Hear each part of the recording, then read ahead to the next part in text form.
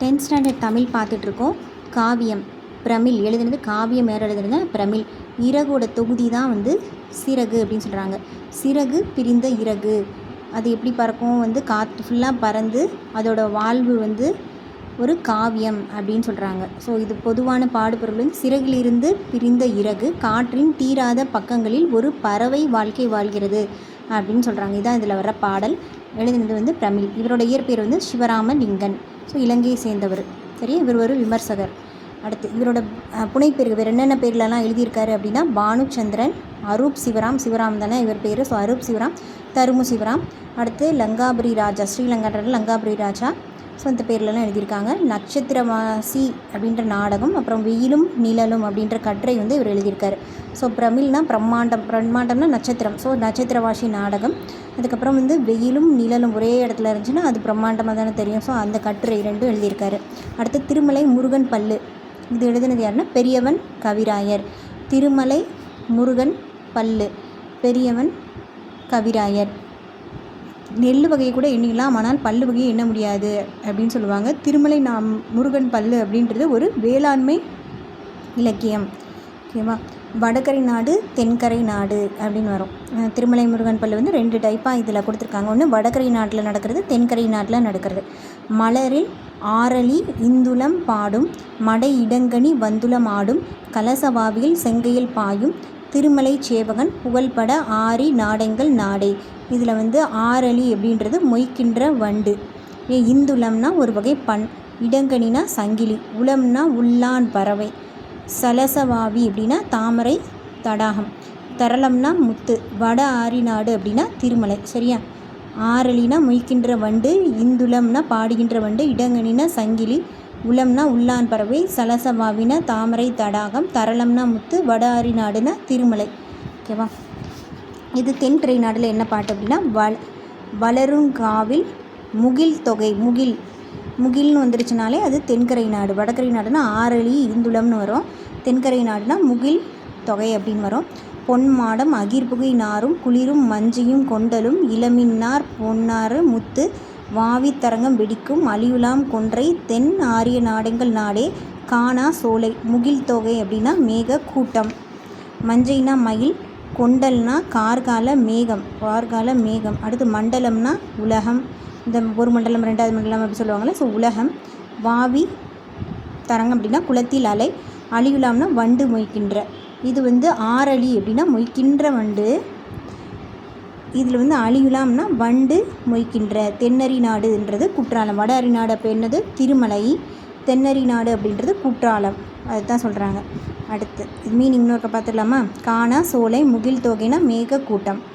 சரியா? முகில் தொகை அப்படின்னா மேக கூட்டம். மஞ்சைனா மயில், கொண்டல்னா கார்கால மேகம், மண்டலம்னா உலகம், வாவி தரங்கம் அப்படின்னா குளத்தில் அலை, அழியுலாம் அப்படின்னா வண்டு மொய்க்கின்ற, தென்னறி நாடுனா குற்றாலம். சரியா? அகிர்புகை, அகிலது புகை அப்படின்னு வரும். ஸோ 6ஆம் வேற்றுமை தொகை.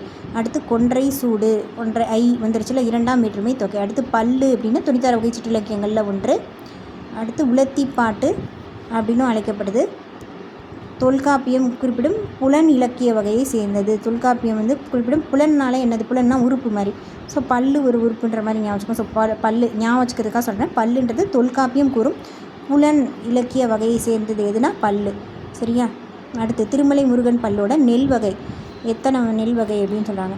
மணல்வாரி, ஆதிக்கிராதி, முத்து வெள்ளை, சொறி குறும்பை, புத்தன்வாரி, சிறைமீட்டான், கார்நெல், அரியநாயகன், கருஞ்சூரை, பூம்பாலை, குற்றாலன், பார்க்கடுக்கன், கற்பூரப்பாலை, காடை கழுத்தன், பனைமுகத்தான், மலைமுண்டன், திருவரங்கன், குருவை கிள்ளை, முத்து வெள்ளை.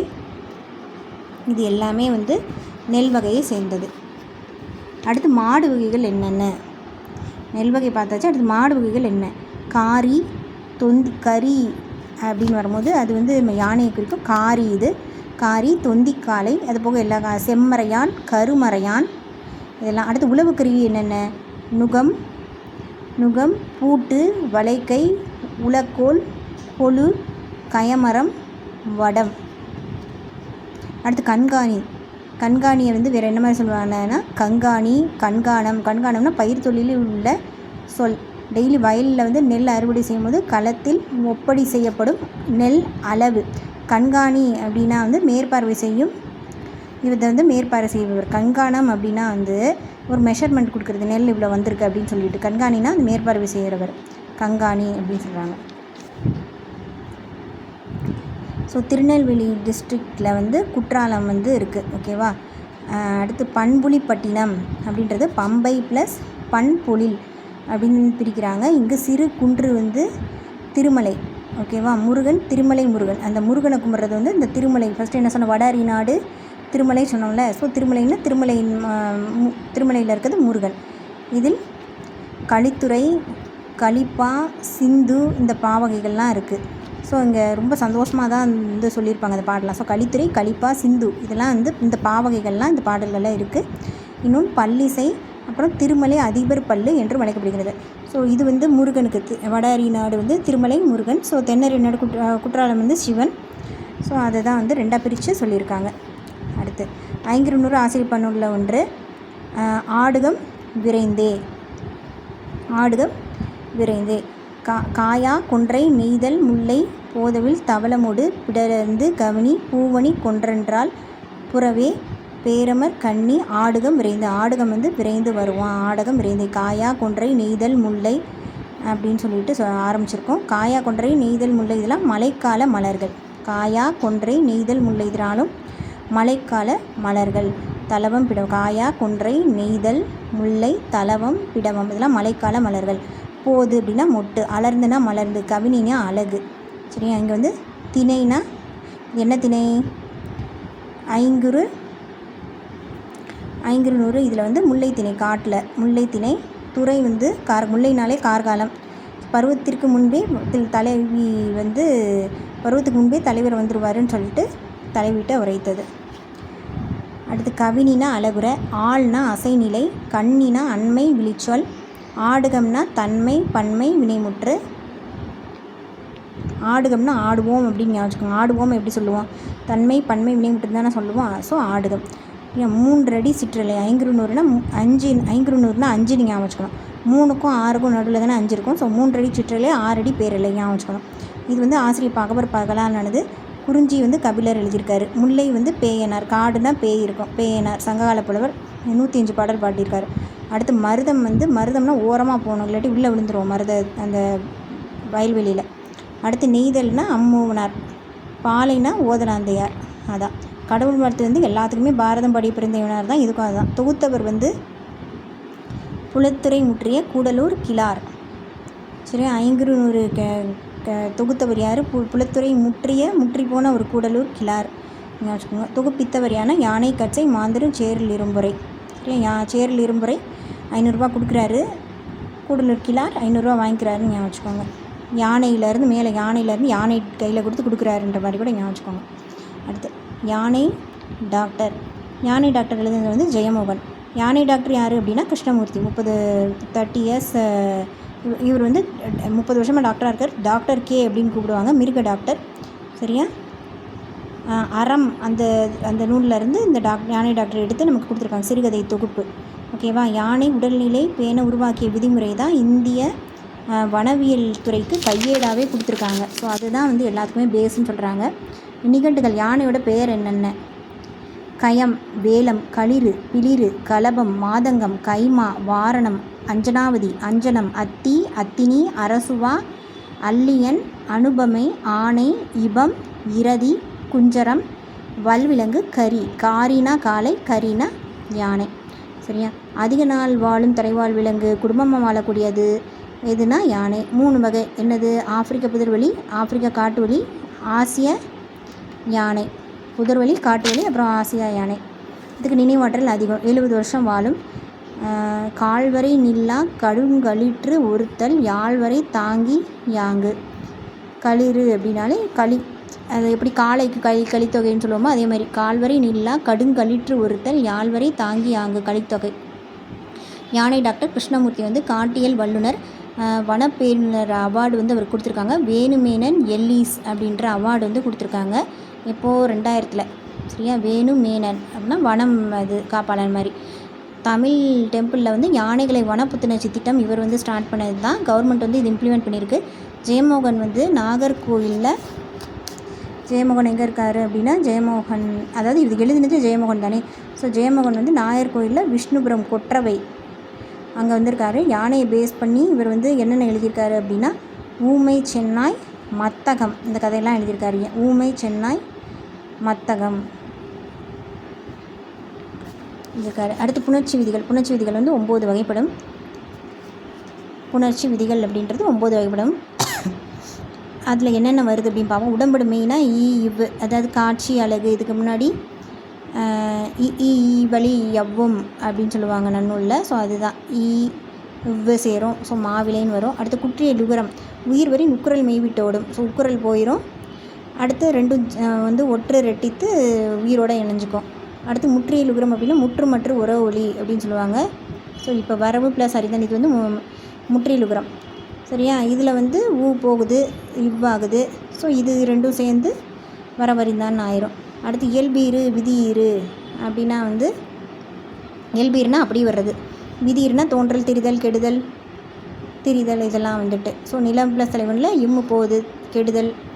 அடுத்து வந்து தோன்றல் நிலத்தலைவன் தோணும். அடுத்து பூப்பெயருக்கு முன்னும் வல்லினம் மெல்லினம் ரெண்டுமே மிகவும் மோஸ்ட்லி மெல்லினம் தான் வரும். அடுத்து மெயிற்று புணர்ச்சி இருக்குது. தனிக்குறில் முன் ஒற்று இது இருக்குது. அடுத்து மகர ஈற்று 3 நிலையில் கெட்டு அதுக்கப்புறம் மெல்லினம் வரும். கெட்டு அதுக்கப்புறம் வல்லினம் வரும். மகரத்தில் இப்படி 3 இருக்குது. அடுத்து பண்பு பெயர் வந்து மை கெட்டு. இது எல்லாத்துலேயுமே வந்து காமன் தான். மை கெட்டு போகும். இப்போ வந்து எக்ஸாம்பிளில் பார்த்துடலாம். பெரியன்னா பெருமை plus an. So first my கெட்டு போகும். அடுத்து ரு என்னாகும்? உகரம் வந்து இகரம் ஆகும். ஸோ பெரி ப்ளஸ் அண்ணன் ஆகும். அடுத்து அந்த ஈ வந்து தோன்றும். நடுவில் ஈ வந்து தோன்றும், ஒற்று தோன்றும். ஸோ பெரி என் அப்படின்னு மாறும். இதுதான் எல்லாத்துக்குமே. மூதூர் இதில் வந்து எக்ஸ்ட்ரா வந்து மூன்னு சொல்லிவிட்டு இது மட்டும் கூடும். அதாவது ஆதி நீடல் விதி மட்டும் எக்ஸ்ட்ராவாக இருக்கும். அவ்வளோதான். அடுத்து பைந்தமிழும் அதே தான். பசுமை ப்ளஸ் தமிழில் மை போகும், உகரம் ஈரமாகும். இது வந்து ஆக்சுவலி சூ கெட்டு போயிடும். மற்றதில் தான் ஒரே மாதிரி சூ கெட்டது அப்படின்னு வரும். சூ கெட்டு போயிடுமா, அப்போ பை ப்ளஸ் தமிழ் வரும். அதில் வந்து இனமிகள் விதிப்படி ஒரு எக்ஸ்ட்ரா வரும், பைந்தமிழ். அடுத்து பண்பு பெயர் வந்து தன்னொற்று இரட்டல் வந்து நடக்கும்.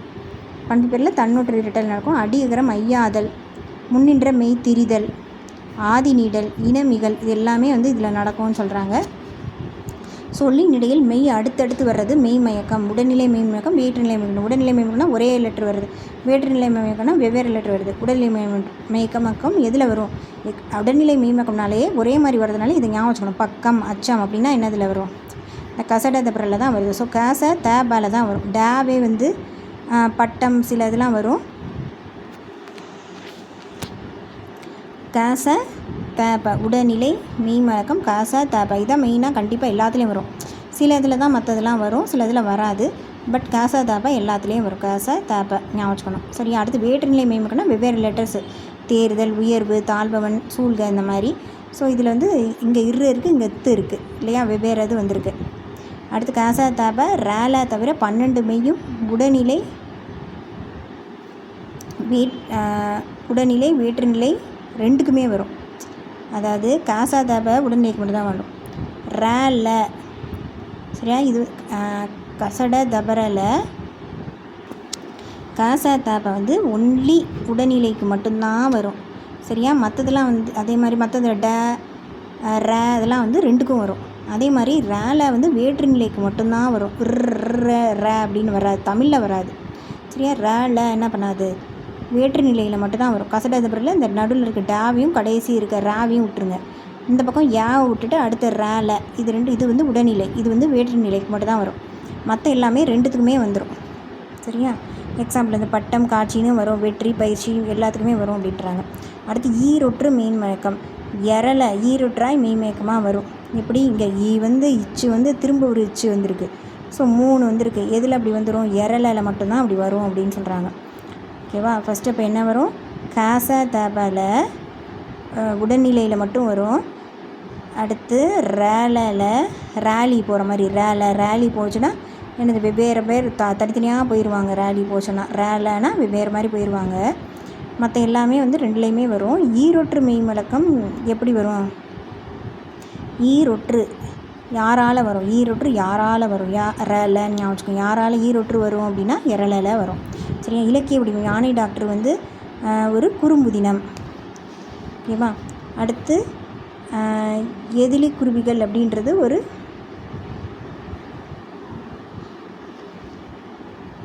இது ஆக்சுவலி மேட்ச் மாதிரி புக் பேக்கில் கொடுத்துருப்பாங்க. சரி. யானை டாக்டர்ன்றது ஒரு குறும்புதினம், எதிலி குருவிகள் அப்படின்றது ஒரு புது கவிதை மாதிரி. திருமலை முருகன் பள்ளி சிற்றிலக்கிய வகையை சேர்ந்தது. ஐங்குறுநூறு வந்து சங்க இலக்கியம் பழசு, சங்க இலக்கியத்தில் வந்து சேரும். அது ஐம்பெருநூறு ஒன்று கொடுத்துருந்தாங்கன்னா அது வந்து காப்பியம்னு சொல்லணும். ஓகேவா. அடுத்து மண்ணுக்கு வளம் சேர்ப்பது மண்புழு, ஊடுபயிர், இயற்கை உரங்கள். குறைந்து 8 தொகை அடியை கொண்டது எதுனா ஐங்குறுநூறு தான். 500 தான் இருக்கிறதுலே குறைந்த. மினிமம் மொய் வைக்கணும்னா எவ்வளோ ஆகும், 500 தான் ஆகும். ஸோ 500 தான் இருக்கிறதுலே குறைஞ்சது. தமிழிசை இயக்கத்தின் தந்தை யார் அப்படின்னா வந்து ஆப்ரஹாம் பண்டிதர். தமிழ் இசை இயக்கத்தின் தந்தை, இந்த பண்டிட் தான் வந்து நல்லா வந்து இந்த பண்டிதர்கள் தான் நல்லா பாடிக்கிட்டே இருப்பாங்க. ஸோ தமிழிசை இயக்கத்தின் தந்தை யார், ஆப்ரஹாம் பண்டிதர். தென்காசி சாம்பவர் வடகரை நடந்தது. தென்காசி சாம்பவர் வடகரை, தென் வடன்னு 2 வந்து வச்சு பாருங்கள். அவங்க வந்து ஒரு டீச்சராக இருந்திருக்காரு. யார், திண்டுக்கல்ல. ஆப்ரஹாம் பண்டிதர்னாலே ஒரு என்ன பண்ண டீச்சராக இருப்பார். ஸோ டீச்சராக இருந்திருக்காரு திண்டுக்கல்ல. சித்த மருத்துவ அறிவு பெற்றிருக்காரு. அதனால் வந்து அவரை பண்டுவர்னு கூப்பிட ஆரம்பிச்சு தான் அவர் பேர் இப்படி மாறி இருக்குது. பண்டுவர்னா மருத்துவர்னு அர்த்தம். அதுக்கப்புறம் வந்து சித்தாலேயே வந்து ஃபுல்லாக இருந்துட்டார். தஞ்சாவூர் குடிமக்கள் தான் வந்து பண்டிதர் அப்படின்ட்டு கூப்பிட ஆரம்பித்தாங்க. தமிழ் நூலை கற்று சங்கீத வித்யா மகாஜன சங்கம் உருவாக்கியிருக்காரு. சரியா. பண்டிதர்னா 2 மீனிங்கில் வரும். ஒன்று வந்து மியூசிக்கு, இன்னொன்று வந்து டாக்டருன்ற மாதிரி. ஸோ சித்தாலே இருந்திருக்காரு. மியூசிக் வந்து சங்கீத வித்யா மகாஜன சங்கம், இன்னொன்று வந்து மகாஜன சங்கம்னு ஒருத்தர் வந்து உருவாக்கியிருப்பார். யாருன்னு ஞாபகம் இருந்தால் கமெண்ட் பண்ணுங்கள். மகாஜன சங்கம் நம்ம கூட ஆல்ரெடி பார்த்தோம். எல்லா ஜனமும் வந்து இவர் பின்னாடியே வந்துருச்சு ராமரை விட்டுட்டு அப்படின்னு சொல்லி பார்த்துருப்போம். ஸோ கமெண்ட் பண்ணுங்கள். சங்கீத வித்யா மகாஜன சங்கம் அப்படின்ற அமைப்பை வந்து உருவாக்கினவர் யார் அப்படின்னா சங்கீதம் அப்படின்னு வந்துட்டாலே பண்டிதர். அடுத்து சொந்த செலவில் தமிழிசை மாநாடுகள் நடத்திய இசை எல்லாமே சொந்த செலவில் இவர் தமிழிசை மாநாடுகள் நடத்துனதுனால தான் இவர் தமிழிசை இயக்கத்தின் தந்தையினே அழைக்கப்பட்டார், ஆபிரகாம் பண்டிதர். ஓகேவா. அனைத்திந்திய இசை மாநாடுகளுக்கும் ஆல்ரெடி அவர் தான் வந்து இசை மாநாடை நடத்துகிறாரு. ஸோ அதுக்கு உரை வந்து இவர் தான் சொல்லுவார். இவர் இசைத்தமிழ் தொண்டின் சிகரம், கர்ணாமிர்த சாகரம் அப்படின்னு சொல்கிறாங்க. இசைத்தமிழ் தொண்டின் சிகரம், கர்ணாமிர்த சாகரம் அப்படின்னு சொல்லிட்டு 71 வருஷம் வந்து இருந்திருக்காரு. அடுத்து உலை அப்படின்னா மன உளைச்சல். உலைன்றது உலை கொதிக்கிறது, உலைன்றது உழைக்கிறது. கலைனா கலை தேவையில்லாததை வந்து பிடுங்கி போடுறது, கலைனா கரும்பு. அடுத்து கணைனா குதிரை கணைக்கிறது, ஏவுகணை.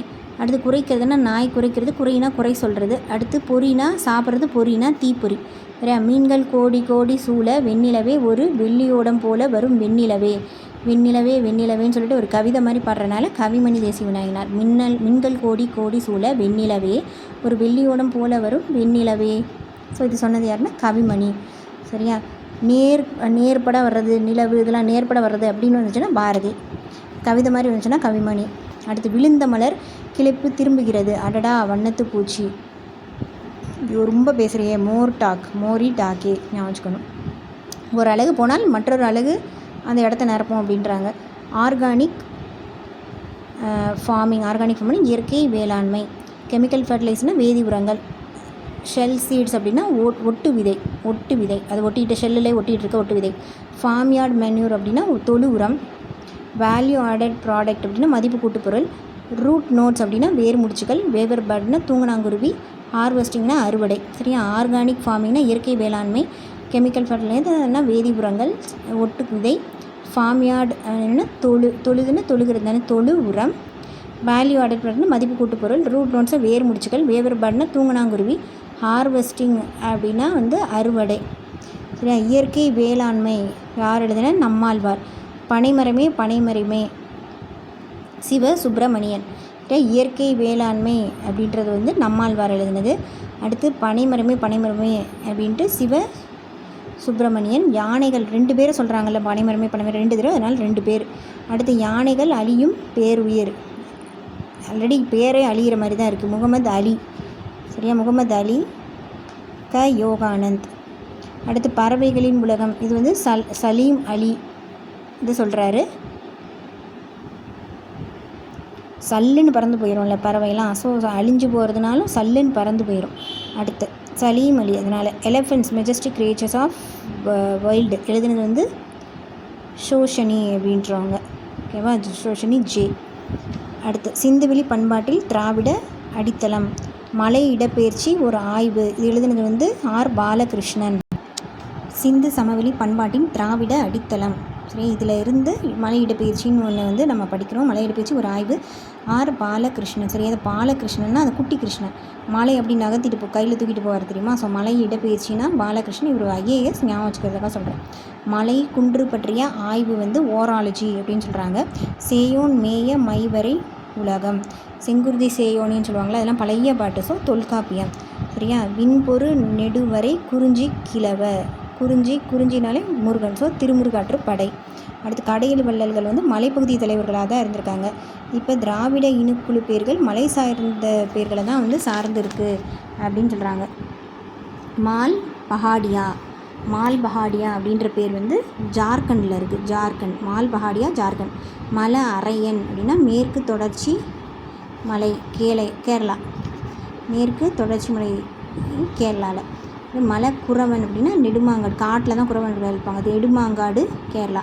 மலை மூத்தன் அப்படின்னா வந்து மூத்தன் வந்து ஏர்நாடு கேரளா. ஏன் பஹாடியான பகடையாக இருக்குது ஜாரு, அரையன்னா அரைஞ்சிருவாங்க இந்த கேரளாவில், மேற்கு தொடர்ச்சியாக வந்துக்கிட்டே இருந்தால் அரைஞ்சிருவாங்க. குறவன்னா காட்டில் இருப்பாங்க, நெடுமாங்காடு. மலை மூத்தன் அப்படின்னா இருக்கிறதுலே மூத்தது, ஏர்நாடு முன்னாடி இருந்தே இருக்குது. ஸோ மூத்தன்னா அது. மலை பனிக்கர், பனிக்கு வட நார்த் இந்தியாவிலேருந்து நிறைய பேர் பனிக்கு வருவாங்க, வட கேரளா. அடுத்து மலையன் அப்படின்னா வந்து மலையன் தான் ஒரு பாட்டு கூட வரும். ஸோ பாலக்காடு கேரளா. மலை வேடம் இடுக்கி வேடம் போடுவாங்க, இடுக்கி கேரளா. அடுத்து மலையருக்குன்னா ஏறி போய் தட்சிணாமூர்த்தி கும்பிடுவாங்க. ஸோ தட்சிண கர்நாடகம், இது மட்டும் கர்நாடகா. ஓகேவா. அடுத்து கோட்டானா நீலகிரி மக்கள், அந்த மலைவாழ் மக்களுக்கும் கோட்டா வேணும் அப்படின்னு கேட்பாங்க. தமிழ்நாட்டில் நீலகிரி கோட்டா வேணும் அப்படின்னு. கொண்டா தோரா, இந்த பேரை பார்த்தாலே தெரிஞ்சிடும் ஆந்திரா அப்படின்னு சொல்லிட்டு. அடுத்து கொய்டர், பூண்டு அப்படி உடச்சிட்டு வருவாங்க, பூண்டு அப்படி உடச்சிட்டு வெளில வந்துடுவாங்க.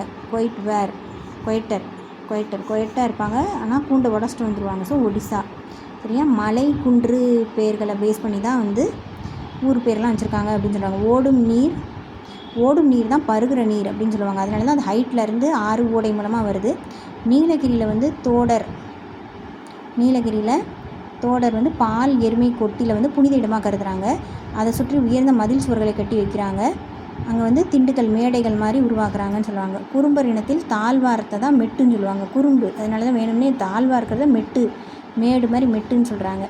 ஆந்திரா ஒடிசாலெலாம் வந்து ஜதாப்பு, அதாவது திராவிட பழங்குடியினர் குடியிருப்பு வந்து மலை உச்சிகளில் இருப்பாங்க.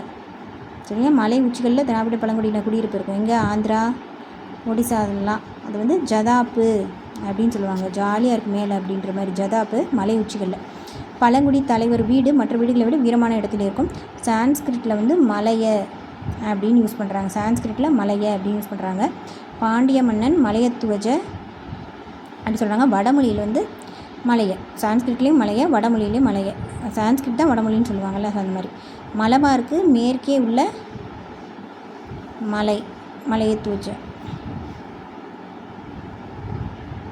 தமிழில் குறிஞ்சி நீளம்னா மலை, ஸோ உயரமானது. குன்று அப்படின்னா உயரம் குறைவானது, அதுதான் தமிழில் நம்ம சொல்கிறது. உயர வேறுபாட்டை வடமேற்கு பகுதி மலை சார்ந்த இடப்பெயர்கள் வந்து சொல்லுது. உயர வேறுபாட்டை வடமேற்கு பகுதியை சேர்ந்த மலை சார்ந்த இடப்பெயர்கள் வந்து டிஃப்ரென்ஷியேட் பண்ணுது அப்படின்றாங்க. வரைனா கோடு, மலை சிகரம், விளிம்பு, கரை, எல்லை, நுனி முதல் அடி வரை, அடி முதல் நுனி வரை அப்படின்ட்டு வரைன்னு யூஸ் பண்ணியிருக்காங்க பாருங்கள். ஸோ வரைனா என்னென்ன அர்த்தத்தில் வரும்? கோடு, மலை, சிகரம், விளிம்பு, கரை, எல்லை, நுனி, இதெல்லாம் வரும். எக்ஸாம்பிள் வந்து நுனி முதல் அடி வரை, அடி முதல் நுனி வரை அப்படின்னு சொல்கிறாங்க. வரைனா விளிம்பு அப்படின்னு இந்த இடத்துல மீன் பண்ணியிருக்காங்க. அடுத்து மலை எந்தெந்த மாநிலத்தில் என்னென்ன பேர் சொல்லி யூஸ் பண்ணுறாங்க, அங்கே என்ன மாவட்டத்தில் அப்படி யூஸ் பண்ணுறாங்க. மலை எடுத்தோடனே மலைன்ற பேர்லேயே யார் யூஸ் பண்ணுறா இது வந்து மலைன்ட்டு வந்துட்டாலே இருக்கிறதுலே மேலே போயிருங்க. ஸோ உத்தரகாண்ட், உத்தரப்பிரதேஷ், ஸோ இது டெல்லிக்கிட்ட வந்துடுது, இது உத்தரப்பிரதேஷ் எல்லாம் மேலே வந்துடுது. ஸோ ஜாரு இது எல்லாமே மேலே போயிடுது. ஸோ அதை தான் மலை அப்படின்னு சொல்கிறோம். மலை நல்ல உயரத்தில் இருந்தால் என்ன சாப்பிடுவோம்? சமோசா சாப்பிடுவோம். சரியா? அங்கே வந்து நிறையா ஜவுளிலாம் விற்கும்.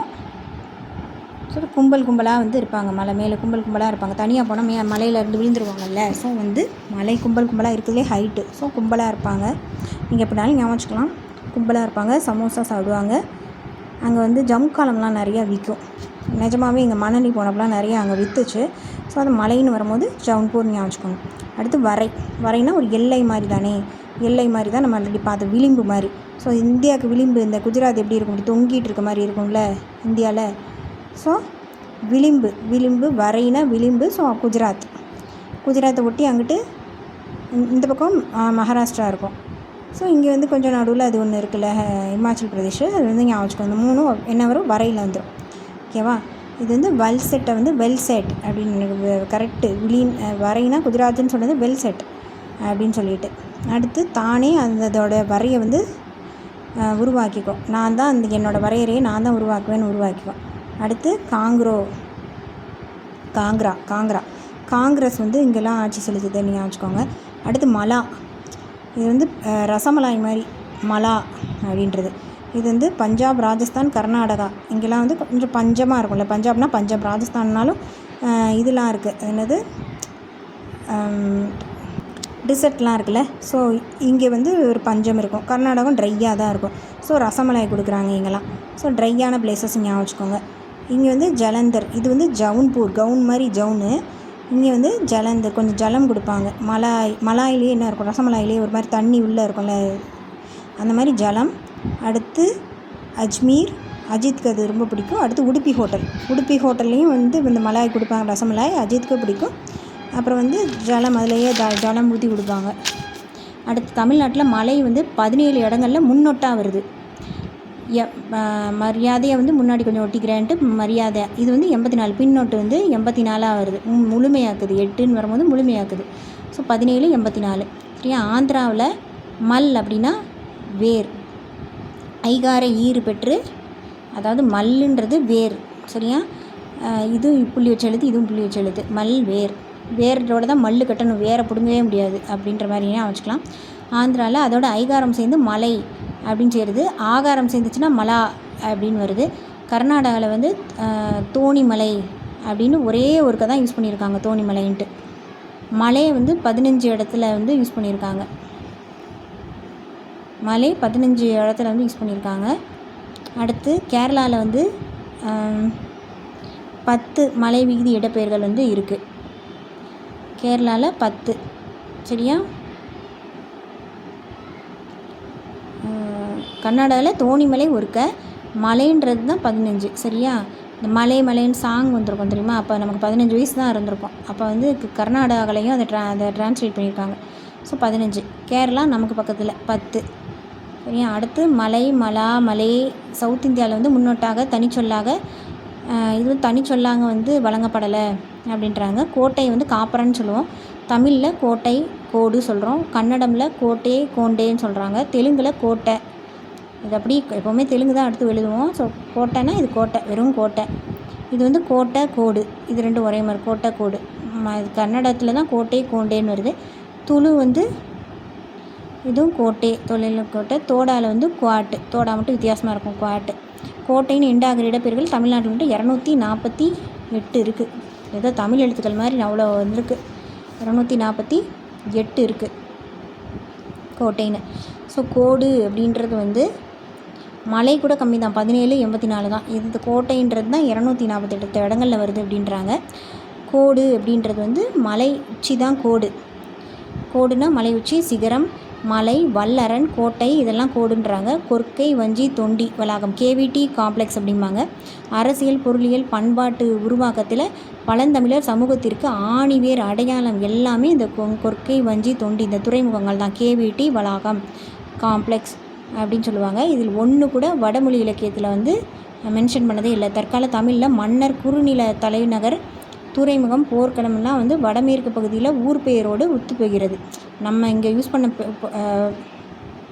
பெயர்கள் வந்து வடமேற்கு பகுதி ஊர் பெயர்களோடு ஒத்துப்போகிறது. ஸோ கேவிட்டியோட பொதுத்தன்மைகள் அதுதான் வந்து ரொம்ப முக்கியன்றாங்க. கேவிட்டியில் வந்து நிறைய பொதுத்தன்மைகள் இருக்குது. ஸோ வந்து நம்ம இதை பேஸ் பண்ணி தான் நார்த் இந்தியாவில் நிறைய வச்சுருக்காங்க அப்படின்னு சொல்ல வராங்க. அடுத்து கடந்த கால வரலாற்றின் அடையாள சின்னம் கேவிட்டி. ஓகேவா? கோடைனா மலை, இப்படியும் ஒரு அர்த்தத்தில் இருக்குது. கோடை மலை தான் கேள்விப்பட்டிருக்கோம். இது கோடையை மலைன்றாங்க. அடுத்து திராவிட இடப்பெயர்கள் வந்து எந்தெந்த ஊரில் இருந்திருக்குன்னா பாகிஸ்தானில் ஒன்று இருந்திருக்கு, ஆப்கானிஸ்தானில் கூட நெடுமலை பெயரோடு ஒத்து போகிறதாம். அப்பகுதியில் திராவிடர் வாழ்ந்ததுக்கான அடையாளம் தான் இதெல்லாம்ன்றாங்க. இந்தியவியலில் திராவிடவியலில் ஆய்வாளர் ஆர் பாலகிருஷ்ணன் வந்து 28 வருஷம் இடப்பெயர் ஆய்வு வந்து செய்கிறாரு. சரியா? வடமேற்கு இவர் தான் அந்த கேவிட்டி கண்டுபிடிச்சது. வடமேற்கு இந்தியாவில் இன்று வரை ஆய்விலிருந்த கேவிட்டி ஆய்வுலகம் கவனத்திற்கு கொண்டு வந்தது. கேவிட்டியை பற்றி வட இந்தியா இனிமேல் தான் ஆராய்ச்சி பண்ணுறாங்க. தினமணியோட துணை ஆசிரியர் அண்ட் கனையாளியோட ஆலோசனை குழுவில் இருந்திருக்காரு. எப்படி? மலையை பற்றி நிறைய ஆராய்ச்சி பண்ணுறாருல, தினமும் யார்ட்டையா சொல்லணும்ல. ஸோ தினமணியில் துணை ஆசிரியராக இருக்கார். அடுத்து கனையாளி. ஓகேவா? மலையவே கிஃப்ட் பண்ணிடுவார். கனையாளி கிஃப்ட் பண்ணுற மாதிரி அதில் ஆலோசனை குழுவில் இருந்திருக்காரு. ஸோ இவர் என்னென்ன எழுதியிருக்காரு? அன்புள்ள அம்மா, சிறகுக்குள் வானம். நான் அன்புள்ள அம்மா. சரி, ஐஏஎஸ் ஆகிட்டனால வேறு இடத்துல இருக்கார், அதனால் அம்மாவுக்கு லெட்டர் எழுதுகிற மாதிரி அன்புள்ள அம்மா. நான் வந்து சும்மா ஞாபகம் வச்சுக்கிறதுக்காக சொல்கிறேன்.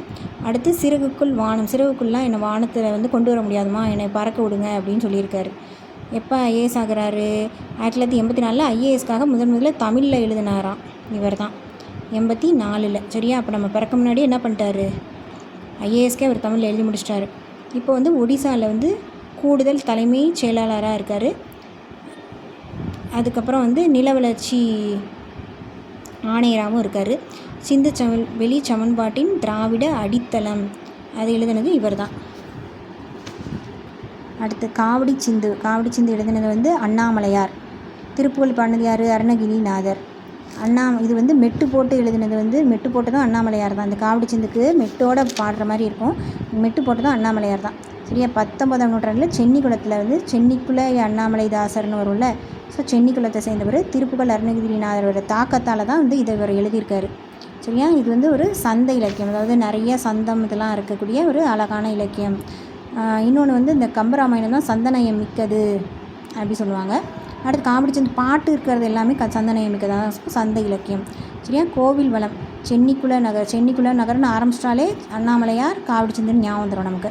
சென்னிக்குள நகர் வாசன் தமிழ்தோறும் அண்ணாமலை தாசன் செப்பும் வன்மையில் முருகேசன் குறவள்ளி நேசன் கழுகாசல கோபுர துத்தங்க தூவி தேவர் கண்களில் தூவி நூபுர துத்தொனி வெடிக்கும் பத நுண்ணிடை மாதர்கள் நடிக்கும் முடிவோசை அப்படின்னு சொல்லிட்டு நிறையா வரும்.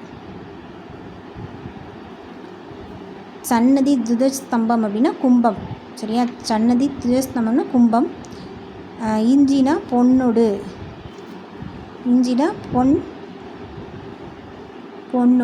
அப்படின்னு சொல்லுவாங்க. அடுத்து அருணகிரி நாவில் பழக்கம் அப்படின்னு தரும் திருப்புகழ் முழக்கம். சரியா? பல கருணை முருகனை போற்றி காவடி தோளில் ஏந்தி பாடுறது சென்னிக்குளம் அண்ணாமலையார். ஸோ பண்டைய காலம் முதல் நாட்டார் வழக்கு வந்து காவடி சிந்து. பண்டைய காலம் முதல் நாட்டார் வழக்கு காவடி சிந்தாக இருந்திருக்கு. புயம்னா தோல், வரைனா மலை, வண்ணம்னா அழகு, கழுகாசலம்னா கழுகுமலை, துதஸ்தம்பம்னா கொடிமரம், சலராசி அப்படின்னா கடலில் வாழும் மீன் போன்ற உயிர், விலாசமாக அழகாக இருக்கிறது அந்த மாதிரி, நூபுரம்னா சிலம்பு, மாசுனம்னா பாம்பு, இஞ்சினா மதில், புயல்னா மேகம், கரங்கம்னா சுழலும், கழுகுமலை தலைவன் தான் முருகன், கோபுரம் தங்கம் காவடி எடுப்பவர் பாடும் திருப்புகழ். அடுத்து வந்து அமராவதி பட்டின தேவர்கள் செவியை வந்து அடையணும் அப்படின்றாங்க. சரியா? தமிழில் ஃபஸ்ட்டு வண்ணச்சிந்து பாடியது வண்ணச்சிந்து அண்ணாமலையில் வந்து அந்த ஒரு பாட்டு வரும். ஃபஸ்ட்டு பாலில் ஒரு பால்காரன் வந்தேன்டா பால்காரன் பாட்டு வரும் தெரியுமா? அதில் அப்படி வண்ணம் போட்டுக்கிட்டே பாடுவாங்க, நல்லா கலராக தூவி விட்டுட்டே போடுவாங்க. அடுத்து காவடி சிந்தின் தந்தை, அதில் வந்து ஒரு அப்பா கேரக்டர் வயசாயிரும், ஒரு சவால்லாம் போடுவார்ல, சவால் இந்த நாள் நீ நோட் பண்ணி வச்சுக்கோ அப்படின்னு சொல்லிட்டு யாருக்காக? பொண்ணுக்காக தான் சவால் விடுவார். ஸோ காவடி சிந்தின் தந்தை யார்? அண்ணாமலை. வண்ணச்சிந்து பாடியது யார்? வண்ணமாக கலர் தூவினது பாடினது யார்? அண்ணாமலை. அடுத்து 18 வருஷம் ஊற்றுமலை குறுநில தலைவர்